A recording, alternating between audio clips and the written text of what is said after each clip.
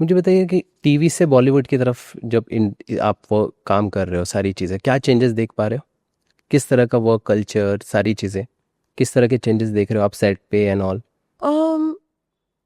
Of course फिल्मों में वक्त बहुत ज़्यादा दिया जाता है आपको आपके कैरेक्टर के लिए प्रिपेयर करने के लिए, अगर आपका कैरेक्टर बहुत इंपॉर्टेंट है तो. And besides that, working conditions are of course slightly more different than what, and you cannot blame because television is very demanding when it comes to giving out content. आपको एक episode shoot करने के लिए 1.5 दिन से शायद ज़्यादा नहीं मिलता. अब फिल्म आप आराम से शूट कर सकते हो, लेकिन इसमें हमें एडवांटेज ये है as actors who have done television, हमें वो काम बहुत आसानी से करने मिल जाता है बिकॉज हम वो कैटेगरीज आते हैं जहाँ पे हमने बहुत मेहनत की फिजिकली, जो हम इंड्योर कर सकते हैं. 17-18 घंटे काम मैं इसे ग्लोरीफाई नहीं कर रही, that's not the way to work also, but हम ज़्यादा इंड्योर कर सकते हैं. आई थिंक एज एक्टर्स हम थोड़े टफ एंड अप है, हम में ज़्यादा ग्रिट है, सो शायद वो वहाँ पर कम टेस्ट होता है as compare to television. Right. मुझे ये बताइए ना कि जब आप टीवी से इन फिल्मों की तरफ मुड़ते हो, देखते हो, तो बहुत सारी चीज़ें हैं जैसे फिल्म टीवी आर्टिस्ट के साथ नॉर्मली एक्सपीरियंस अच्छा नहीं रहता, क्योंकि बार बार उन्हें लुक डाउन, कई बार लोगों ने कहा कि यार टीवी से है, वही एक्टिंग करता है, इस तरह की चीज़ें आती है. तो उस फेस को कैसे आप देखते हो? क्या वो कभी आपने कभी फेस किया ऐसा कुछ? Yeah, of course, I've faced this and I continue to face it. And it's really annoying because एक एक्टर के लिए तो ये बड़ा ही इंसल्टिंग हो जाता है, क्योंकि और मैं टीवी के खिलाफ तो सुन ही नहीं सकती because it's given me everything. Yes, the working conditions sometimes probably are not that great, or maybe the scripts aren't as जो हमें सुनाई जाती है, जो हम स्टार्टिंग के 1 महीना शूट करते हैं, it all depends on TRP. फिर पूरा हिल जाता है वो किस्सा गेम वो, लेकिन एज एन एक्टर मेरे हाथ में होता नहीं है. तो वो सब चीज़ें हैं फ्रस्ट्रेटिंग, हर फील्ड में होती है. बट अगर आप उसका रीज़न हम पे एज एक्टर्स थोप दो और बोलो कि नहीं नहीं इन्हें मत लो because they come from TV, ये बायस रखो, तो ये बहुत गलत है. और मुझे सच में समझ नहीं आता वो फॉर्मूला क्या है क्रैक करने का, कि भाई जिससे मैं फिल्मों में एंट्री पालूँ and I get treated as a respectable actor. Heena Khan was not wrong when she said there is a lot of discrimination जब आता है कि कपड़े इस एक्टर्स को ये सोर्स किए जाए कि ना सोर्स किए जाए. हाँ, बट एक फ़र्क मैं देख रही हूँ आजकल, वो ये ज़रूर देखते हैं कि मीडियम चाहे कोई भी हो, इनकी पर्सनल स्टाइल क्या है. Does that match the clothing brand? Then probably they give it. If they know that we're going to churn out content which is absolutely classy as per their brand, then they will give it. So that's a good, respectable change that's come in that aspect. But again, coming to that discrimination, I face it even after working for the past 10 years. But yes, I command, demand. I also get it, that respect. Because आज 10 साल से मुझे भी सारे casting directors तो जानते हैं, मैं उन सबको जानती हूँ, और मैं सिर्फ इतना मानती हूँ कि अगर मैं आपको रिस्पेक्ट देती हूँ तो इन रिटर्न मैं आपसे रिस्पेक्ट एक्सपेक्ट करती हूँ, और जो मुझे मिलता है मिलता है. ओके. सुनने को मिला है कभी कुछ ऐसी चीज़ें जैसे मैं आपसे पूछ रहा था ये सारी बातें? जी. हाँ. एक बहुत ही बड़े कास्टिंग डायरेक्टर के ऑफिस में जब मैं गई थी तो वहाँ पर मैंने अपना ऑडिशन दिया, और उसके बाद वो हमेशा आपसे पूछते कि आपके वर्क एक्सपीरियंस के बारे में थोड़ा बताइए.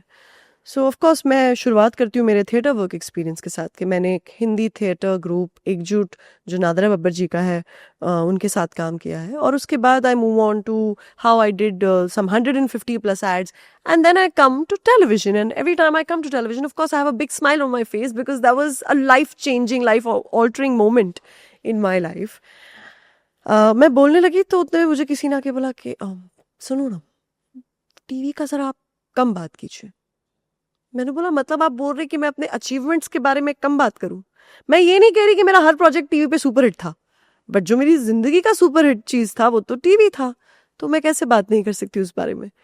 सो I said I am sorry, I am not going to make my work experience lesser at the cost of trying to get this role, because I am proud of everything that I have done. मुझे ये बताइए ना कि आप believe करती है किस्मत भी मैटर करती है समटाइम्स, क्योंकि अगर हम टीवी से देखें तो बहुत से ऐसे एक्टर्स हैं जिन्होंने नाम किया है. लाइक अभी मैं अगर राघव की बात करूँ, आपके साथ ही थे, आप देखो किस तरह से, तो बिलीव की डेस्टिनी, किस्मत भी सारी चीज़ें होती हैं. यस बिल्कुल, बट उसके साथ मेहनत भी. मेहनत भी. आप सोचोगे हाँ चलो आज मैं आराम करती हूँ, नसीब में होगा तो हो जाएगा, नहीं. You have to be ready कि मौका आया तो बस करना है, you know, you have to be prepared. तो शायद इसी को कहते हैं सही वक्त, सही अपॉर्चुनिटी, सही टाइम पर मिलना। राइट। बात हुई आपकी राघव से? नहीं, मेरी बात नहीं हुई है, लेकिन मैं जब भी राघव से मिलती हूँ मैं उसे दूर से देख के ही बड़ी खुश हो जाती हूँ। जब भी I feel very happy for him, और not just me, whoever knows him, because he is a very hard working guy. वो बंदा थोड़ा अलग है, उसका फॉर्मूला लाइफ में काम करने का, वो मस्त मौला है, उसे कोई फर्क नहीं पड़ता उसका में क्या सोचता है क्या नहीं, वो किसी से भी पंगा ले लेगा, मस्त इंसान है वो। और शायद यही बिंदास एटीट्यूड जो उसका है ना, वो उसे आगे लेकर जाता है। ये लेकिन लड़कों में ज्यादा माफ किया जाता है, औरतों में इतना माफ नहीं किया जाता, specially in this industry. I feel it's always अच्छा ये ऐसी बात करेगी, ये टेढ़ी रहेगी, ये कैसे इतनी बिंदास होगी, इसको क्यों डरनी है वाला हिसाब होता है। I feel it. क्योंकि राघव को अगर देखें तो उनकी जर्नी, मतलब आज वो नाम कर रहे हैं, बैट्स ऑफ बॉलीवुड से बहुत तारीफ़ें मिल रही है, लेकिन उनकी जो देखा जाए जिस तरह से डांसिंग से आए, फिर होस्टिंग में गए, फिर उन्होंने पूरा टर्न करके एक्टिंग में घुसे और अभी इस तरह से काम कर रहे हैं। कहा ना, मेहनत और टाइमिंग। टाइमिंग मुझे होता है ना, एक एक्सेस भी मिलना ज़रूरी है। जब वो होस्टिंग करते थे वो उसमें भी बेस्ट थे। होस्टिंग के through he is made so many people, he is touch so many lives. इतनी अपॉर्चुनिटी मिली है राघव को कि उन्हें जब वो होस्ट करते थे तो he is dealt with the biggest of actors. वो उन पे छाप छोड़ चुके थे, कहीं ना कहीं याद आया तब जाके उन्हें सलमान खान सर बुलाते हैं। आपको भी हैरान करते थे एज अ होस्ट वो जब थे? हाँ हाँ, वो जो था ना, हम जब डांस चैंपियंस होस्ट करते थे, मैं और राघव, इट वाज रियल। क्योंकि राघव को स्क्रिप्ट समझ नहीं आती, मैं बहुत नई थी तो मैं तो स्क्रिप्ट को स्टिक करती थी, तो वो अपना ही कुछ करते थे। तो पहले 2 एपिसोड तो मैं बड़ी परेशान हुई, मैं बोला हे भगवान, how do I match up to this energy, and also he is very loved, you know. तो मैं बड़ी डर जाती थी, मैं बोला नहीं होगा, मैं क्या करूंगी, राघव के सामने मेरे पास कोई कम बैक ही नहीं है। तो मैं फ्रस्ट्रेशन में रेमो सर और टेरेंस सर को ऑन कैमरा कहा करती थी, sir what is this sir, and that actually became our thing. वो हमारा वैसा ही रिलेशनशिप है आज भी। जब भी मैं राघव को मिलती हूँ, वो जब तक मुझे थोड़ा परेशान ना करे उसे चैन नहीं मिलता। तो इट्स ऑलवेज लाइक दैट। और वो वही शो में वही चल रहा था एक्चुअली, कि राघव मुझे परेशान करता था और मैं जाके रेमो सर को कंप्लेन करती थी या टेरेंस सर को कंप्लेन करती थी, then they used to take up for me. So it became so cute, that whole, it just worked out wonderfully well. को स्टार्स के साथ आपके बॉन्ड कैसे रहते थे मेजरली, अगर आप बात करें, जैसे आपने राघव के साथ एक्सपीरियंस बताया, करण के साथ बताया? Amazing, because I am amazing. मैं तो मानती हूँ, क्योंकि अगर मुझे ऐसा लगता है कि अगर मुझे तो कोई पसंद नहीं आया ना, तो प्रॉब्लम उस इंसान में 100%, बिकॉज मैं बहुत ही एमिकेबल इंसान हूँ। मैं हर सिचुएशन में से निकल के हाँ जी जी जी बिल्कुल आप सही हो बहुत हद तक कर सकती हूँ, पर एक पॉइंट पे जब मेरी हिंदी में जिसे कहते हैं सटक गई, फिर मैं बोलती हूँ अब तो मुझसे करवा के दिखा दे। बहुत बार सटकती है पर सही चीज़ों के लिए सटकती है। मैं बोलती हूँ फिर बाप में दुनियादार की इधर हो जाए और मेरे हाथ से कुछ छूट भी जाए ना, तो मुझे बुरा नहीं लगता। लोग भी छूट जाए तो भी बुरा नहीं लगता, क्योंकि मैं अपना दे चुकी हूँ बहुत सारा।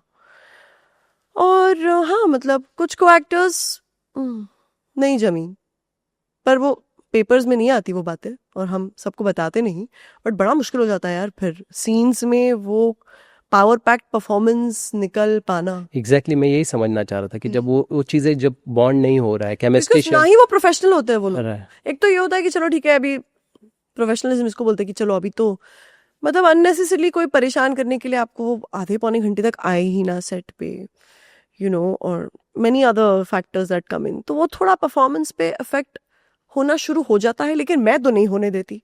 And that's why I would like to call myself that I am a professional person, because I don't let it in the way of camera and me.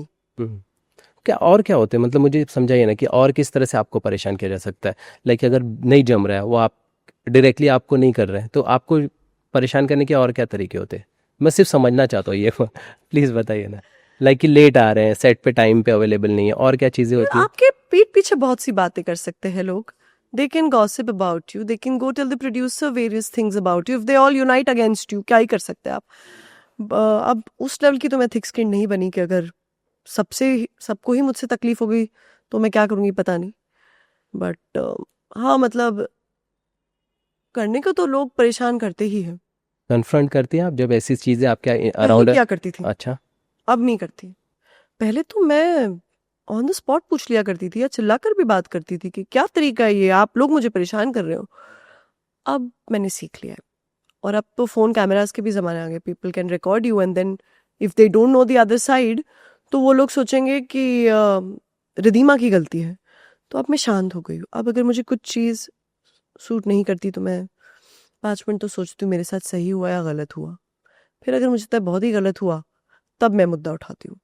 पहले ऐसा नहीं था, पहले मुझे पता था, अरे फ्यूज़ ऑफ हो जाता था मेरा, अरे क्या बात हुई, क्यों ऐसे किया। अब जो इंसान उस मोमेंट में इंसल्ट सहन कर ले और फिर उस पे अमल करके बात करे ना, वो छोटा नहीं हो जाता है। आई थिंक वो ज़्यादा समझदार है, और मैं वो एम करती हूँ कि मैं वैसी बनूँ।